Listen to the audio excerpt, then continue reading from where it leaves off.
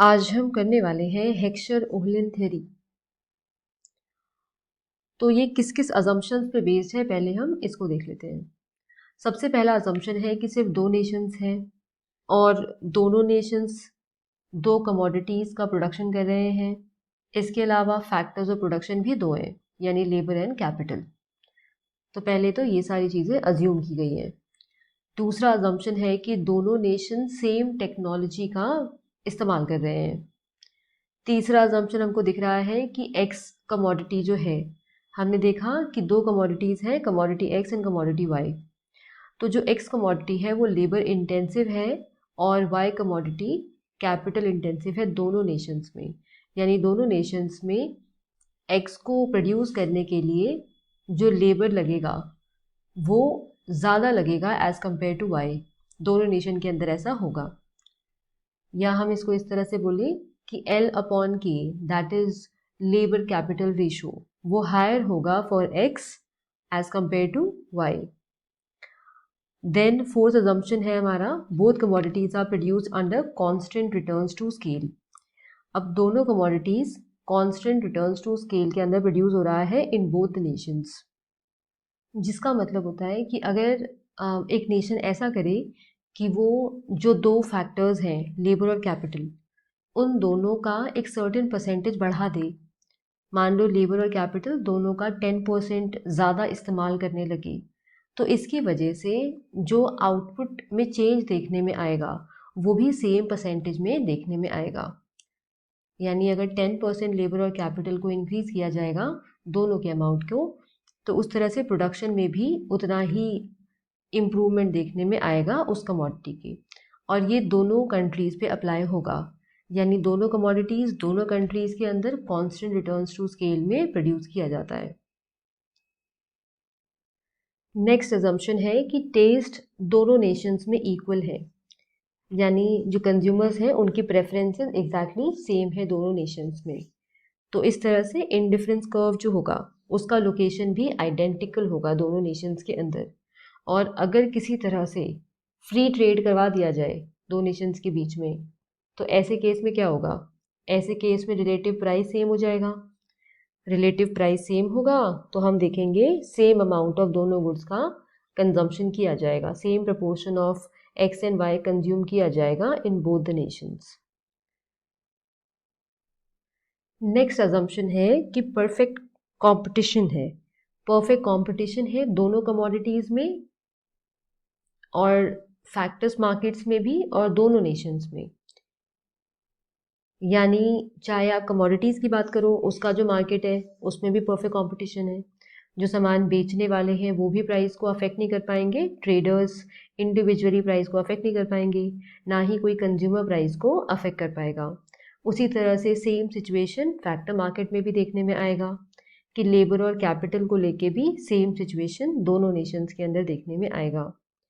तो सबको perfect knowledge भी होता है परफेक्ट कंपटीशन के अंदर, यानी कंज्यूमर्स भी पूरी तरह से जानते हैं कि प्राइसेस क्या चल रहे हैं, साथ में जो प्रोड्यूसर्स हैं उनको भी प्राइस का पूरा नॉलेज है। तो यहाँ पे परफेक्ट नॉलेज भी होगा, साथ में प्राइस को अफेक्ट करना भी मुश्किल होगा सिंगल ट्रेडर के लिए या सिंगल कंज्यूमर के लिए।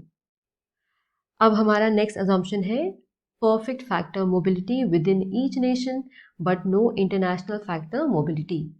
इसका मतलब होगा कि जो फैक्टर्स हमारे हैं लेबर एंड कैपिटल, वो एक नेशन के अंदर फ्रीली मूव कर सकते हैं बट इंटरनेशनली नहीं कर सकते। एक नेशन से दूसरे नेशन में फ्रीली मूव नहीं कर सकते, क्योंकि अगर ऐसा होगा तो इस सिचुएशन में होगा क्या?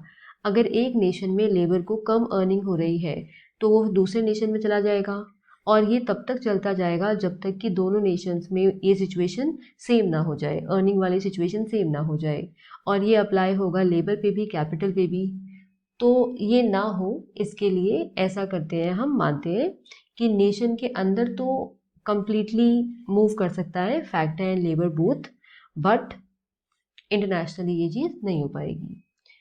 इस वजह से इंटरनेशनली जो प्राइस डिफरेंस होगा या फैक्टर अर्निंग्स का डिफरेंस होगा वो बना रहेगा। देन नेक्स्ट अजम्पशन है no obstruction to the free flow of international trade. इसका मतलब है ना कोई ट्रांसपोर्टेशन कॉस्ट होगा, टैरिफ होगा या किसी और तरीके का कोई ऑब्स्ट्रक्शन होगा। दोनों नेशंस में ट्रेड जो होगा वो फ्रीली हो पाएगा। तो इसका मतलब हुआ कि स्पेशलाइजेशन जो होगा प्रोडक्शन में, ये प्रोसेस जो है स्पेशलाइजेशन का वो प्रोसीड करता रहेगा, वो चलता रहेगा जब तक कि रिलेटिव और एब्सोल्यूट कमोडिटी प्राइसेस दोनों नेशंस में विद ट्रेड सेम ना हो जाएं। तो ये चीज़ तब तक चलती रहेगी। एंड देन नेक्स्ट हमारा अजम्पशन है all resources are fully employed in both nation. तो कोई भी रिसोर्स ऐसा नहीं है जो एम्प्लॉयड नहीं है। अब है फैक्टर इंटेंसिटी। तो फैक्टर इंटेंसिटी से क्या मतलब है, ये हम इस तरह से देख सकते हैं कि हमने पहला अजम्पशन क्या किया था कि हम दो गुड्स का प्रोडक्शन कर रहे हैं, good X and good Y, दोनों नेशंस के अंदर ये दोनों कमोडिटीज़ प्रोड्यूस होती हैं और इन कमोडिटीज़ को प्रोड्यूस करने के लिए दोनों नेशंस में दो फैक्टर्स को यूज़ किया जाता है, एक है लेबर, दूसरा है कैपिटल। अब ये कैसे डिसाइड होगा कि हम जिस कमोडिटी का इस्तेमाल कर रहे हैं, जिस कमोडिटी का प्रोडक्शन कर रहे हैं, वो कमोडिटी कैपिटल इंटेंसिव है या लेबर इंटेंसिव है, तो वो हम समझ सकते हैं। अब हम अगर इस डायग्राम में देखें तो ये नेशन 1 से रिलेटेड है और ये वाला नेशन 2 से रिलेटेड है। यहाँ पे हम लेबर शो कर रहे हैं, यहाँ पे हम कैपिटल शो कर रहे हैं।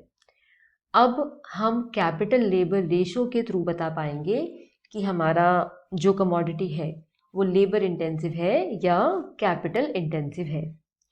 तो अब अगर हम देखें प्रोडक्शन जो वाई गुड का हो रहा है उसके केस में, तो यहाँ पे हम देख सकते हैं कि अगर आपको 1 यूनिट ऑफ वाई प्रोड्यूस करना है तो उसके लिए आपको 2 यूनिट्स चाहिए कैपिटल की और 2 यूनिट्स चाहिए लेबर की, यानी कैपिटल और लेबर रेशो हमारा कितना हो गया, 1 हो गया। 2/2 इज 1। तो यहाँ पे हम देख रहे हैं y के प्रोडक्शन में ये रेशो हमारा 1 है। अब देखते हैं x के केस में क्या हो रहा है नेशन 1 में। तो नेशन 1 में अगर आप x की 1 यूनिट प्रोड्यूस करना चाहते हो तो इसके लिए आपको कैपिटल कितना रिक्वायर्ड है, 1 यूनिट, और लेबर कितना रिक्वायर्ड है, 4 यूनिट। तो हमारा कैपिटल लेबर रेशो कितना हो जाएगा, 1/4। तो अब अगर कैपिटल लेबर रेशो जितना ज़्यादा होगा उसका मतलब होगा वो चीज़ उतनी कैपिटल इंटेंसिव है। तो अब अगर हम कमोडिटी Y और कमोडिटी X को कंपेयर करें तो इनको कंपेयर करते हुए हम देखेंगे जो कमोडिटी Y है वो कैपिटल इंटेंसिव है, क्योंकि यहाँ पे कैपिटल लेबर रेशो 1 आ रहा है, जबकि X के केस में कैपिटल लेबर रेशो 1/4 है विच इज़ 0.25। तो कमोडिटी Y से कम यहाँ पे है कैपिटल लेबर रेशो। यहाँ पे हमें इस बात से कोई मतलब नहीं है कि एब्सोल्यूट अमाउंट ऑफ लेबर या कैपिटल कितना यूज़ हो रहा है, यहाँ पे हमें इस रेशो से मतलब है, तो ये रेशो हमको देखना पड़ता है। उसी तरह से अगर हम देखें जब हम 2 यूनिट ऑफ वाई प्रोड्यूस करना चाह रहे थे तो हमें कैपिटल 4 लग रहा था और हमें जो लेबर है वो भी 4 रिक्वायर्ड था, यानी ये रेशो सेम मेंटेन रहेगा और सेम सिचुएशन यहाँ पे भी है। अब अगर हम नेशन 2 में देखें कि वहाँ पे क्या कुछ डिफरेंट है या सेम है, तो हम देखें तो जो कमोडिटी वाई है उसके प्रोडक्शन के लिए क्या हो रहा है, अगर आपको 1 यूनिट ऑफ वाई प्रोड्यूस करना है इन नेशन 2 तो ऐसे केस में आपको कैपिटल रिक्वायर्ड है 4 और लेबर रिक्वायर्ड है 1। तो हमारा रेशो क्या हो जाएगा, 4/1। So capital labour ratio is 4 हो जाएगा y के प्रोडक्शन के लिए इन नेशन 2।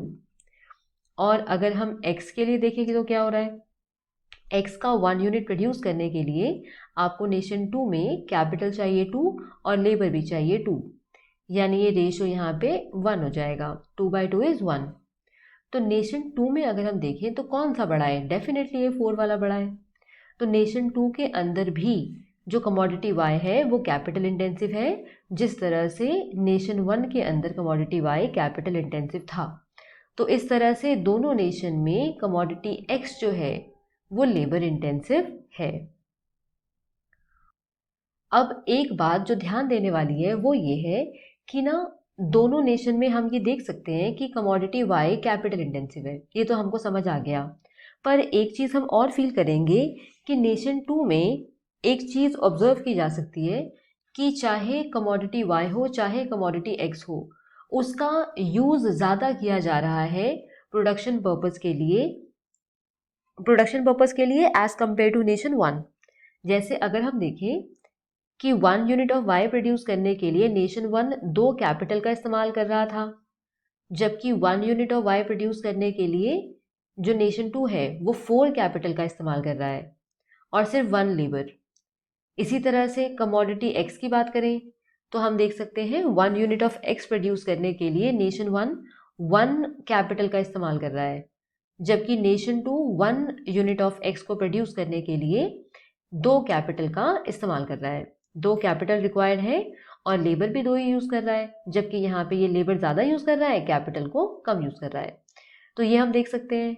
तो हालांकि दोनों नेशंस के अंदर कमोडिटी वाई कैपिटल इंटेंसिव है और दोनों नेशंस में कमोडिटी एक्स लेबर इंटेंसिव है, फिर भी अगर हम एक चीज़ ऑब्जर्व करें तो हम देखेंगे nation two as compare to nation one दोनों कमोडिटीज़ के प्रोडक्शन के लिए कैपिटल का इस्तेमाल ज़्यादा करता है लेबर के कंपैरिजन में।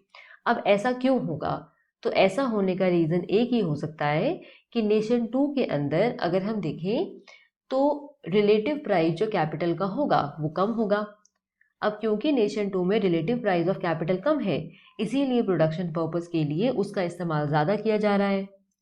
अब ऐसा क्यों है कि यहाँ पे जो रिलेटिव कैपिटल प्राइस है वो कम है? तो इसका रीज़न है फैक्टर अबंडेंस। फैक्टर अबंडेंस इसका रीज़न है। अब ये क्या होता है तो इसको हम सीखते हैं। तो बस ध्यान रखने वाली बात है जो अभी हमने सीखा। अगर आप फैक्टर इंटेंसिटी जानना चाहते हो तो हम रेशियोज के थ्रू बता पाएंगे। अगर कैपिटल लेबर रेशियो जितना ज़्यादा उतना ज़्यादा वो चीज़ कैपिटल इंटेंसिव होगा, ठीक है, और जितना कम उतना कम होगा। अब फैक्टर अबंडेंस का क्या मतलब है? तो फैक्टर अबंडेंस का मतलब हम 2 तरह से इसको समझ सकते हैं, 2 तरह से इसको डिफाइन किया जाता है।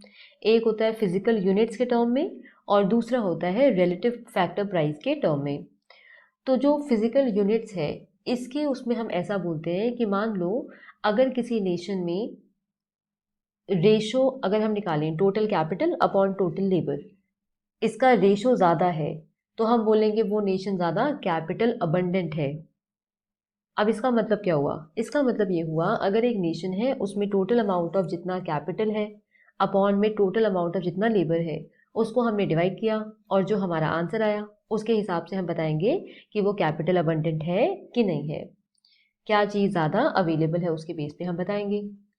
पर इसका ये मतलब बिल्कुल भी नहीं है कि अगर हम 2 नेशंस को कंपेयर करें तो ऐसा पॉसिबल है कि मान लो नेशन वन है नेशन टू है, ऐसा पॉसिबल हो सकता है कि नेशन वन में कैपिटल का अमाउंट ज़्यादा हो as compare to nation two, फिर भी नेशन टू कैपिटल अबंडेंट हो। अब ये कैसे पॉसिबल है? ये ऐसे पॉसिबल है कि मान लो जो नेशन वन है उसके पास में ज़्यादा कैपिटल अवेलेबल है as compare to nation two, पर उस नेशन वन के पास में जितना टोटल कैपिटल है और जितना टोटल लेबर है उसका रेशो अगर निकाला जाए तो जो आंसर आ रहा है, अगर वो आंसर कम हो, वो रेशो कम हो नेशन टू से, तो फिर वो लेबर अबंडेंट ही कहा जाएगा, कैपिटल अबंडेंट नहीं कहा जाएगा। तो यहाँ पे हमें एब्सोल्यूट अमाउंट ऑफ लेबर या एब्सोल्यूट अमाउंट ऑफ कैपिटल से मतलब नहीं है, यहाँ पे मतलब है total capital upon total labour. तो हमको ये देखना है। तो ऐसा पॉसिबल हो सकता है कि एक नेशन के पास में दूसरे नेशन से ज़्यादा कोई फैक्टर हो, कैपिटल ज़्यादा हो, फिर भी वो कैपिटल अबंडेंट ना हो कंपेरेटिवली। अब इसके मीनिंग को दूसरे तरह से किस तरह से समझा जा सकता है, तो वो है in terms of relative factor prices. तो इसमें क्या होता है, इसमें ये होगा कि हम प्राइस के रेशियो को कंपेयर करेंगे। पहले हम क्वांटिटी पे जा रहे थे कि टोटल अमाउंट ऑफ कितना कैपिटल है upon total amount of labour कितना है, पर अब हम दोनों फैक्टर्स के प्राइस का रेशियो जो है उसके हिसाब से बताएंगे कि कोई नेशन जो है वो कैपिटल अबंडेंट है या लेबर अबंडेंट है। तो हम देखेंगे नेशन वन में कैपिटल का जो प्राइस है, price of capital upon price of labour, ये जो रेशो है, और नेशन टू में जो ये रेशो है जिस भी नेशन के अंदर ये रेशो कम आएगा, जिस भी नेशन के अंदर ये रेशो कम आएगा, हम बोलेंगे वो नेशन कैपिटल अबंडेंट है। अब हमें फिर से यहाँ पे भी इस बात को ध्यान रखना होगा कि यहाँ पे बात रेशो की हो रही है। रेशो डिसाइड करेगा कि कौन सा कंट्री कैपिटल अबंडेंट है और कौन सा कंट्री लेबर अबंडेंट है। हमें सिर्फ कैपिटल के प्राइस और सिर्फ लेबर के प्राइस से कोई मतलब नहीं है। ऐसा पॉसिबल हो सकता है कि नेशन वन में कैपिटल का प्राइस कम हो फिर भी वो लेबर अबंडेंट हो, क्योंकि उसका रेशो निकालने पे जो आंसर आ रहा है, दोनों चीज़ों के प्राइस का रेशो करने पे जो आंसर आ रहा है, पॉसिबल है वो आंसर ज़्यादा आ रहा हो as compare to nation two. तो ये पॉसिबल हो सकता है। सिर्फ कैपिटल का प्राइस डिसाइड नहीं करेगा कि कौन सा नेशन कैपिटल अबंडेंट है, या सिर्फ लेबर का प्राइस ये डिसाइड नहीं करेगा कि कौन सा कंट्री लेबर अबंडेंट है। यहाँ पे दोनों चीज़ों के प्राइस का रेशो डिसाइड करेगा कि हम किसको कैपिटल अबंडेंट कहेंगे या किसको हम लेबर अबंडेंट कहेंगे। अब हम फैक्टर अबंडेंस को डायग्राम के थ्रू देख सकते हैं।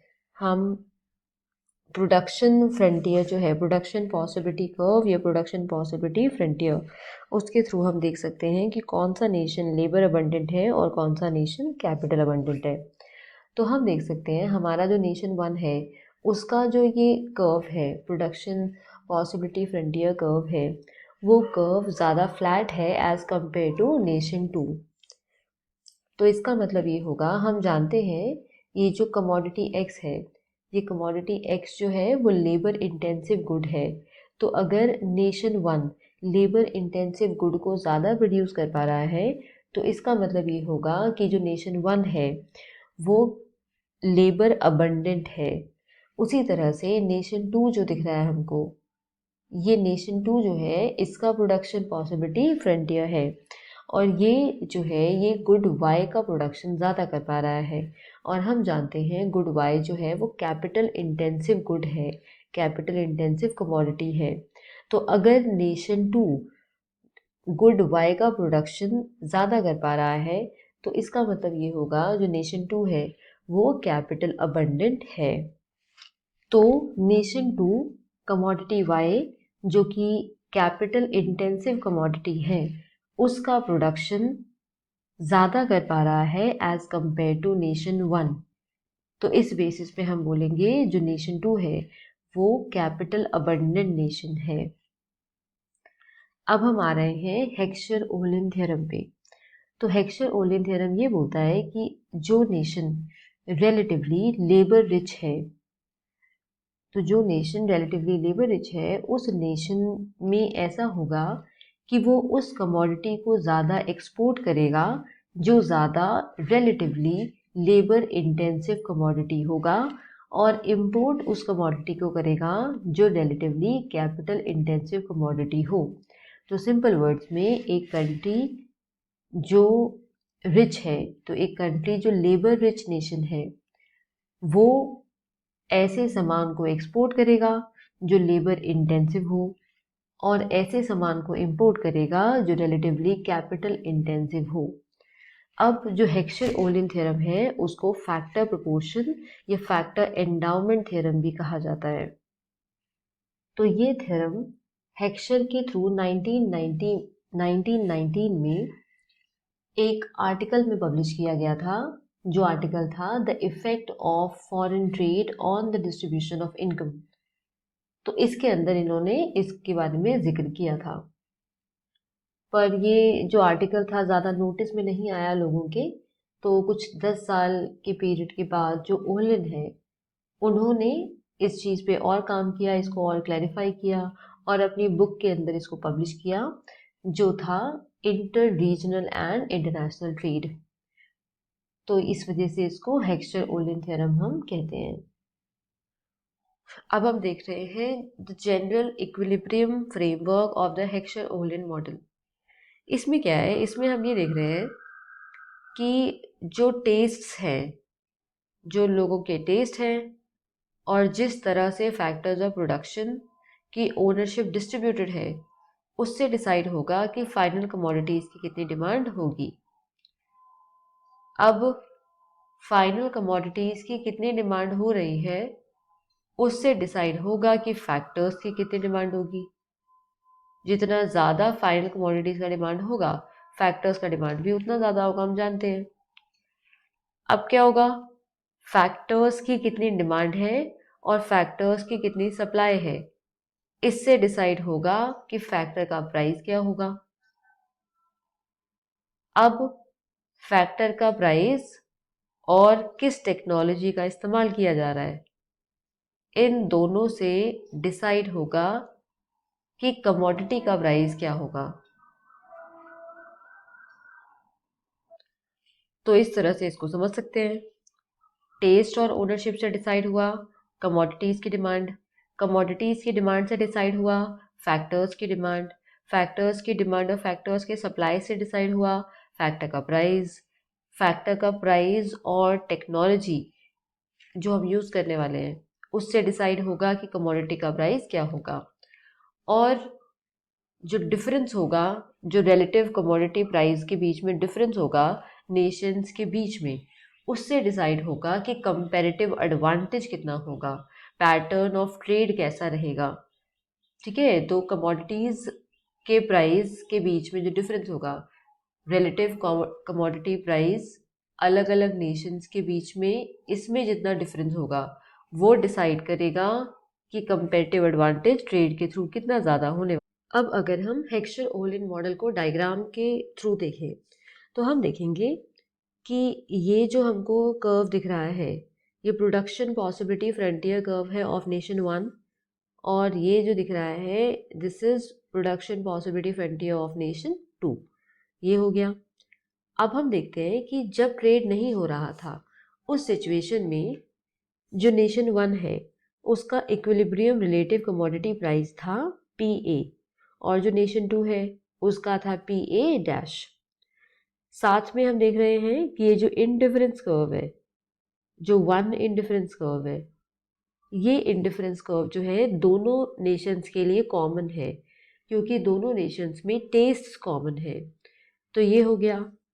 अब नेशन 1 में जो इनडिफरेंस कर्व है और जो प्रोडक्शन पॉसिबिलिटी फ्रंटियर कर्व है वो टच कर रहा है, टेंजेंट है एक दूसरे के at the point A point पे टेंजेंट है।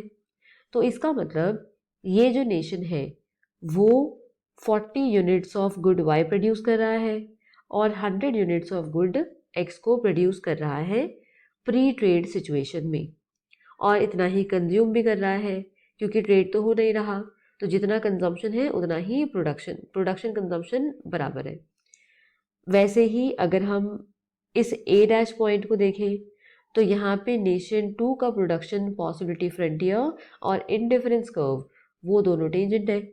तो यानी नेशन 2 जो है वो गुड वाई को प्रोड्यूस कर रहा है 80 यूनिट्स और जो गुड एक्स है उसकी 70 यूनिट्स को प्रोड्यूस कर रहा है।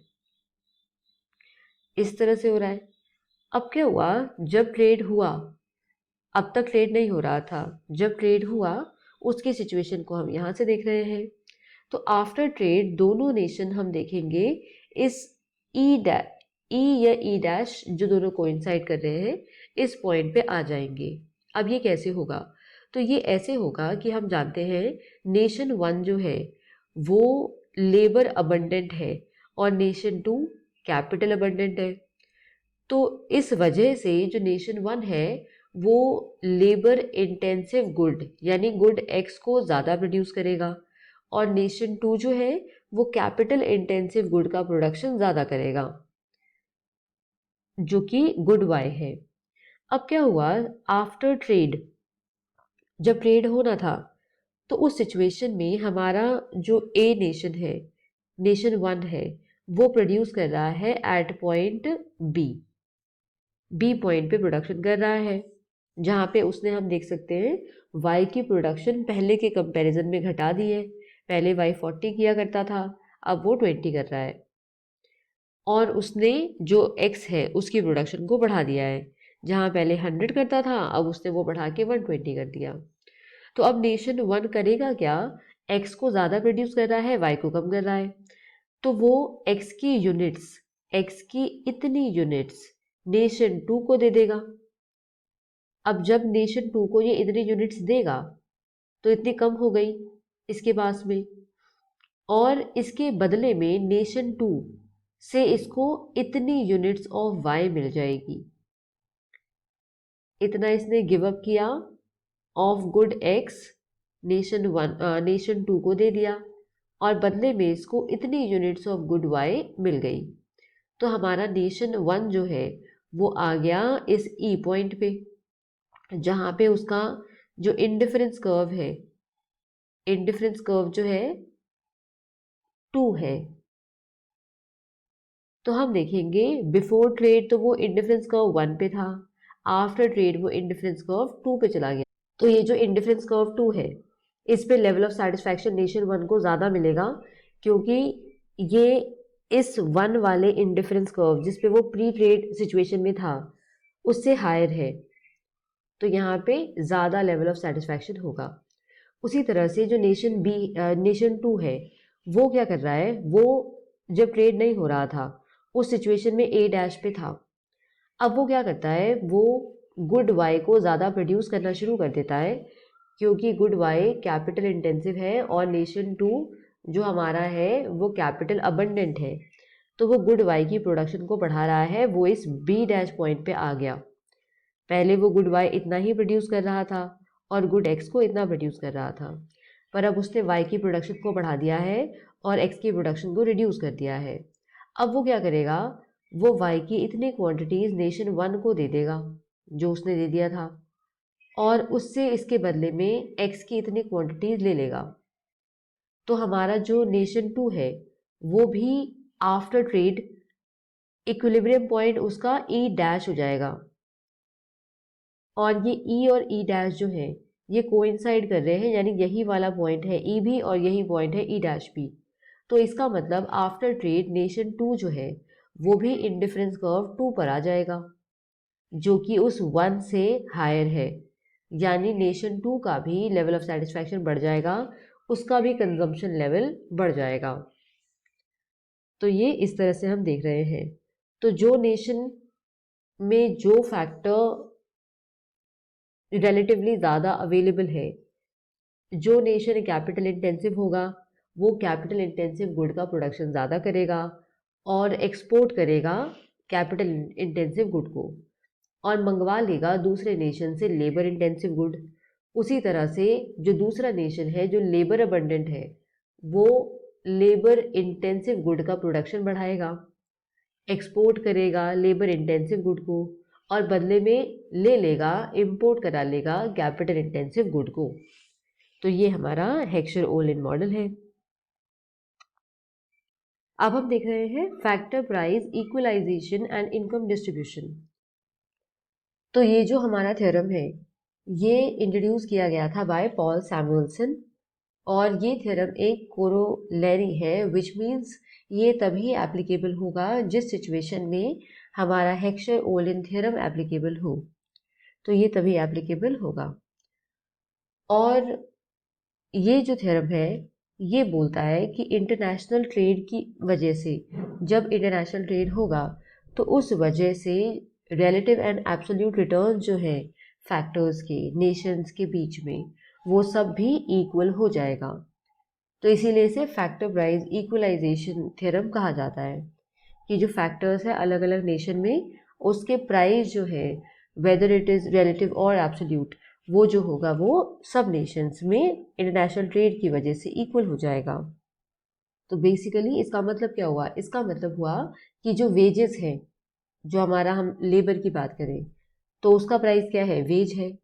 तो जो वेजेस है, जो होमोजीनियस लेबर को लेके वेजेस होंगे, जिनकी सेम ट्रेनिंग है, स्किल सेम है, प्रोडक्टिविटी सेम है, तो जो होमोजीनियस लेबर है अलग अलग नेशंस में, ट्रेड के बाद उन सब का प्राइस जो होगा वो इक्वल हो जाएगा, यानी wages of similar labour, homogeneous labour, वो जो होगा वो सेम हो जाएगा।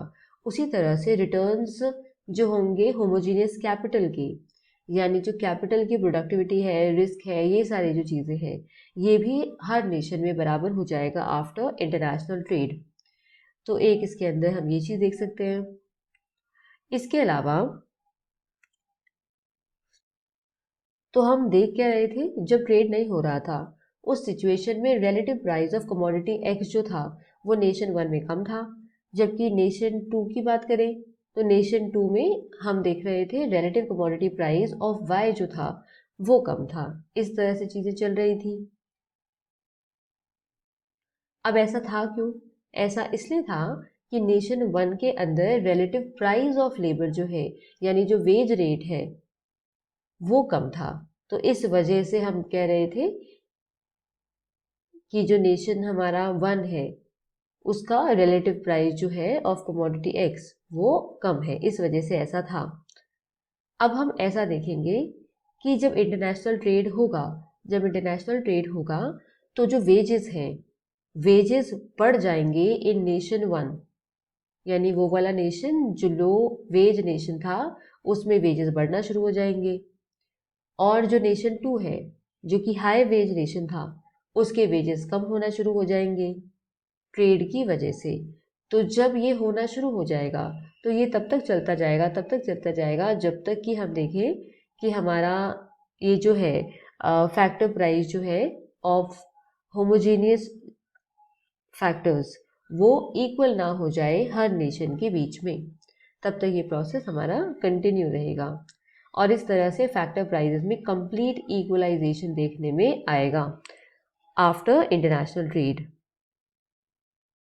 अब हम देखने वाले हैं रिलेटिव फैक्टर प्राइस इक्वलाइजेशन, यानी हम इसको अचीव कैसे कर सकते हैं। रिलेटिव फैक्टर प्राइस इक्वलाइजेशन को किस तरह से अचीव किया जा सकता है। तो हम देखेंगे जो एक्स एक्सिस हमको दिख रहा है इस पे हम W/R शो कर रहे हैं, जबकि इस वाई एक्सिस पे हम PX/PY यानी कमोडिटीज़ के प्राइस का रेशो हम यहाँ पे शो कर रहे हैं। और ये हमारे फैक्टर का प्राइस है एक तरह से। तो W हमारा लेबर का प्राइस हुआ और R हमारा कैपिटल का प्राइस हुआ। तो हम देखेंगे कि ये जो W/R है वो एक्स एक्सिस पे है। अब ये जो ए पॉइंट है ये शो कर रहा है बिफोर ट्रेड नेशन वन कहाँ पे है, वो ए पॉइंट पे है, और before trade nation two A dash point पे है। तो नेशन वन में जो प्राइस रेशो है of the two commodities that is PA, और जो हमको ये रेशो दिख रहा है वेज और रेंट का दैट इज W/R1, और नेशन टू में वो PA डैश है, जबकि ये हमारा W/R2 है। तो हम देख सकते हैं ये जो W/R का रेशो है ये कम है इन नेशन वन।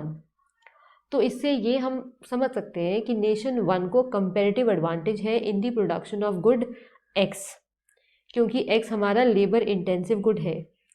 अब क्योंकि W/R नेशन वन में कम है तो इस वजह से उसको एक्स की कमोडिटी को प्रोड्यूस करने में ज़्यादा फायदा होगा। तो अब क्या करेगा, जो नेशन वन है वो एक्स में स्पेशलाइजेशन गेन करेगा, और जैसे जैसे स्पेशलाइजेशन गेन करता जाएगा धीरे धीरे करके ये रेशो बढ़ना शुरू हो जाएगा, W/R बढ़ना शुरू हो जाएगा, और ये बढ़ते बढ़ते यहाँ पे आ जाएगा, इतना हो जाएगा, यानी इस B पॉइंट पे पहुँच जाएगा। और जो हमारा नेशन टू है क्योंकि उसको कंपेरेटिव डिसएडवांटेज है एक्स को प्रोड्यूस करने में, तो वो वाई का प्रोडक्शन पे ध्यान देगा, उसमें स्पेशलाइजेशन गेन करने की कोशिश करेगा। तो जैसे जैसे ये काम होना शुरू होगा, स्पेशलाइजेशन गेन होना शुरू होगा in the production of Y nation two का, वैसे वैसे ये जो रेशो है ये वहाँ पे घटना शुरू हो जाएगा। अब दोनों के दोनों यहाँ पे बढ़ रहा है, ए का बढ़ रहा, नेशन वन का बढ़ रहा है, नेशन टू का घट रहा है। तो अब क्या होगा, नेशन जो हमारा टू है वो B डैश पॉइंट पे आ जाएगा। अब ये B और B डैश पॉइंट एक सेम ही पॉइंट है, ये कोइंसाइड हो रहे हैं। तो इसका मतलब जब ट्रेड होगा, जब ये स्पेशलाइजेशन वाला काम हो जाएगा, ट्रेड होगा, सब कुछ होगा, उस केस में इक्विलिब्रियम फिर हम अचीव कर जाएंगे यहाँ पे, जब रिलेटिव जो प्राइस है ऑफ कमोडिटीज़ वो इतना होगा जो कि दोनों नेशंस में सेम है, और जो हमारा ये फैक्टर प्राइस है वो इतना हो जाएगा। तो ये इस तरह से अब दोनों नेशंस में बराबर हो गया, हम देख पा रहे हैं। तो ट्रेड के बाद दोनों नेशंस में ये दोनों चीज़ें बराबर हो गई हैं।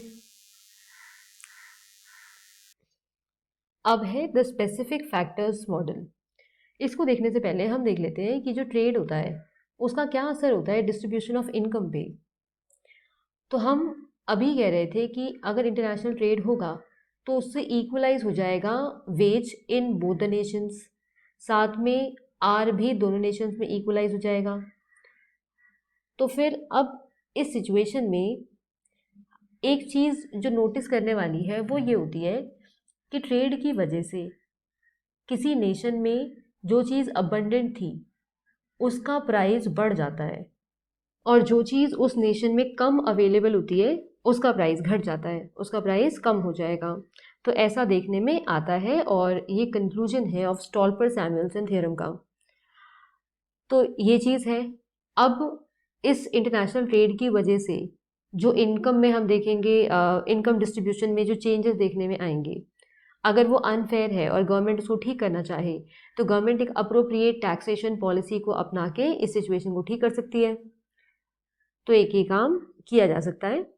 अब है स्पेसिफिक फैक्टर्स मॉडल। ये क्या है, इसको अब देखते हैं। तो जो ये मॉडल है, इस मॉडल का मानना है कि जो इंटरनेशनल ट्रेड का इफेक्ट होता है डिस्ट्रीब्यूशन ऑफ इनकम पे, जो हमने इससे पहले अभी देखा, तो कह रहे हैं वो तब होगा जब आप अज्यूम करेंगे कि जो फैक्टर्स हैं वो परफेक्टली मोबिल हैं अमंग द नेशंस। जब ऐसा होगा तब ये पॉसिबल है, पर कहते हैं ऐसा ज़रूरी तो नहीं है हो। लॉन्ग रन में ऐसी सिचुएशन जो हो सकती है कि सच हो जाए, बट हो सकता है शॉर्ट रन में ऐसा पॉसिबल ना हो। जैसे कि कुछ फैक्टर्स लाइक कैपिटल पॉसिबल है वो इमोबिल रहें, कुछ इंडस्ट्री तक ही सीमित रहें, इतना ज़्यादा मूवमेंट नहीं हो सके उसके अंदर। तो ऐसे कंडीशन में इंटरनेशनल ट्रेड का इनकम डिस्ट्रीब्यूशन पे क्या असर पड़ता है उसको समझने के लिए फिर हम स्पेसिफिक फैक्टर मॉडल जो है उसका इस्तेमाल करेंगे। तो स्पेसिफिक फैक्टर मॉडल बोलता क्या है, वो इस तरह से चीज़ों को समझाता है। वो बोलता है कि मान लो अगर एक नेशन है जो रिलेटिवली लेबर अबंडेंट है, दो कमोडिटीज प्रोड्यूस करता है, मान लो एक्स कर रहा है जो कि लेबर इंटेंसिव है और वाई कर रहा है जो कि कैपिटल इंटेंसिव है। तो अगर ऐसा हो रहा है, दोनों कमोडिटीज में लेबर कैपिटल दोनों रिक्वायर्ड है, और पर अगर मान लो ऐसा है कि लेबर तो मोबिल है, लेबर मूव कर सकता है विद इन टू इंडस्ट्रीज, जबकि कैपिटल जो है वो स्पेसिफिक है टू ईच इंडस्ट्री। अगर ऐसा सिचुएशन है तो जो कैपिटल यूज हुआ है एक्स के प्रोडक्शन में, अगर हम एग्जांपल लें फूड का, तो फूड के प्रोडक्शन में जो कैपिटल यूज हुआ है आप उसको इस्तेमाल नहीं कर सकते वाई के प्रोडक्शन। तो ऐसी सिचुएशन में तो ऐसा लगने लगेगा जैसे कि तीन फैक्टर्स ऑफ प्रोडक्शन है। एक तो लेबर जो कि परफेक्टली मोबिल है, दोनों चीज़ों के प्रोडक्शन में काम आ रहा है, एक्स के भी वाई के भी, जबकि एक ऐसा फैक्टर जो सिर्फ एक्स के प्रोडक्शन में काम आ रहा है। एग्जाम्पल लें तो हमने बोला कि फूड के प्रोडक्शन में, तो अगर एग्जाम्पल लें हम बोल देते हैं कि लैंड है, उपजाऊ ज़मीन, एरेबल लैंड है, तो वो सिर्फ एक्स में काम आ रहा है, और एक कैपिटल ऐसा है जो सिर्फ वाई में काम आ रहा है। तो ऐसी सिचुएशन में ऐसा लगने लगेगा कि तीन फैक्टर्स ऑफ प्रोडक्शन है। तो इस सिचुएशन में होगा क्या, तो जब आप ट्रेड को ओपन करोगे, तो जो नेशन स्पेशलाइज करेगा एक्स के प्रोडक्शन में, तो अगर कोई नेशन एक्स के प्रोडक्शन में स्पेशलाइजेशन गेन करता है जो कि लेबर इंटेंसिव है, तो ऐसी सिचुएशन में वो एक्सपोर्ट करेगा एक्स और इंपोर्ट करेगा वाई। वाई क्या है, जो स्पेसिफिक कैपिटल इंटेंसिव कमोडिटी है, ऐसा होगा। तो ऐसे केस में हम देखेंगे एक्स का जो रिलेटिव प्राइस है that is P X upon P Y वो बढ़ जाएगा, साथ में जो नॉमिनल वेज था लेबर का वो भी बढ़ जाएगा क्योंकि उनकी रिक्वायरमेंट ज़्यादा हो रही है। तो ऐसे केस में जो लेबर होंगे, कुछ लेबर होंगे, वो वाई की प्रोडक्शन को छोड़ के एक्स की तरफ आ जाएंगे क्योंकि लेबर तो परफेक्टली मोबिल है। जो रियल वेज ऑफ लेबर पे वो एम्बिगुअस होगा। ऐसा क्यों होगा, तो जो रियल वेज होगा वो उन वर्कर्स के लिए कम हो जाएगा जो मेनली कंज्यूम करते हैं कमोडिटी एक्स, जबकि उन वर्कर्स के लिए ये बढ़ जाएगा जो कि मेनली कंज्यूम करते हैं ऑफ कमोडिटी वाई।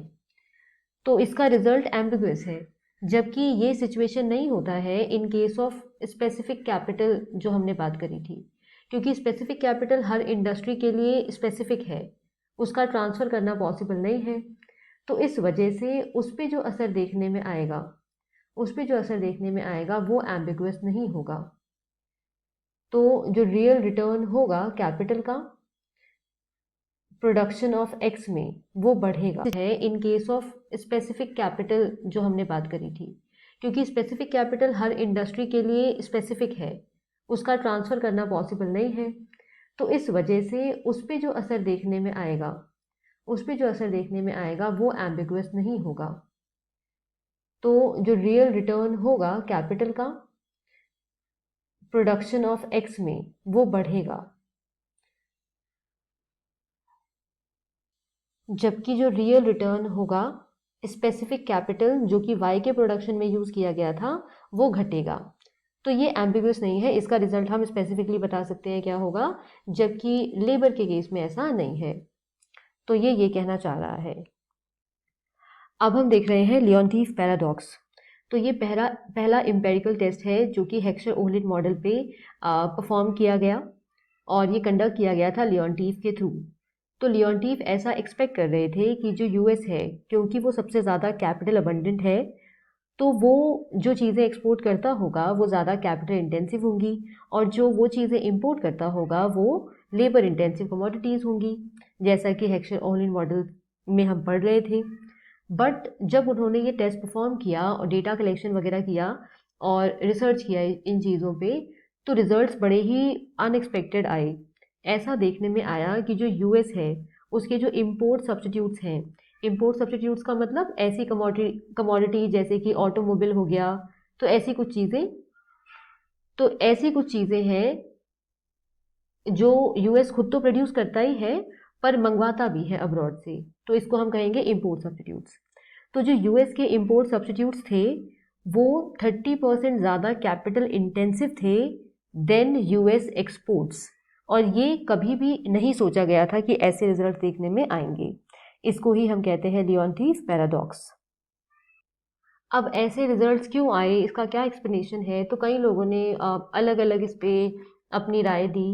कुछ ने बोला कि जिस ईयर को उन्होंने यूज़ किया था, जिस ईयर के डेटा को उन्होंने यूज़ किया था, वो जो ईयर था वो वर्ल्ड वॉर सेकेंड जो है उसके काफ़ी क्लोज था, तो उसको रिप्रेजेंटेटिव कंसिडर नहीं किया जा सकता।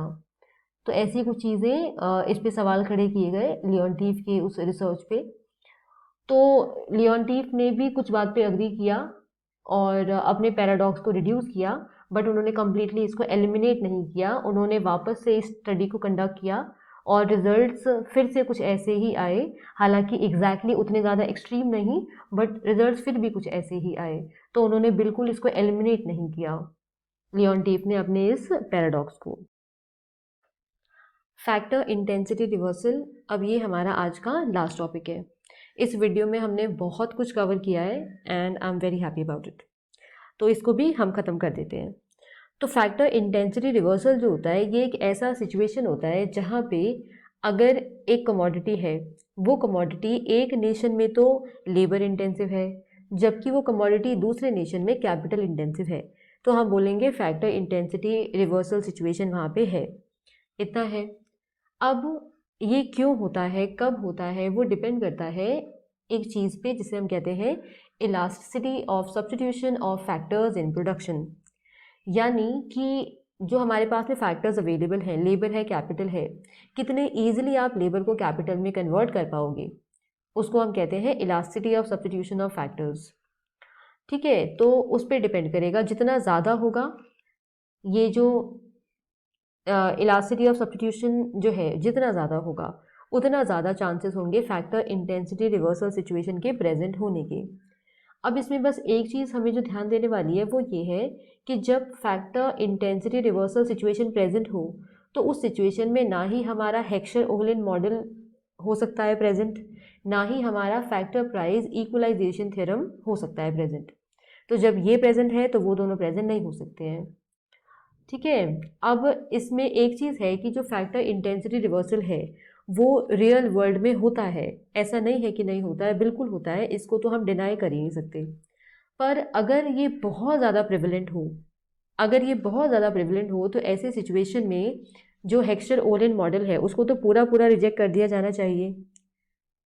पर अगर ये रेयरली प्रेजेंट हो तो इस तरह से हम हेक्सर-ओहलिन मॉडल के साथ में इसको एक एक्सेप्शन के तौर पे देख सकेंगे। पर क्या हेक्सचर ओरेन मॉडल को कम्प्लीटली रिजेक्ट कर देना चाहिए या इसको एक एक्सेप्शन की तरह पे देखना चाहिए, वो डिपेंड करेगा कि ये कितना प्रेजेंट है। पर ये कितना प्रेजेंट है उसके बारे में कोई अभी तक कोई हमारे पास में इंफॉर्मेशन नहीं है। तो रियल वर्ल्ड में ये कितना इसका फ्रीक्वेंसी है उसके बारे में कोई भी अभी स्टडी एज सच नहीं की गई है, कोई ऐसा आंसर हमारे पास में अवेलेबल नहीं है। तो बस ख़त्म, ये लास्ट टॉपिक था हमारा और ये हमारा फिनिश हो गया।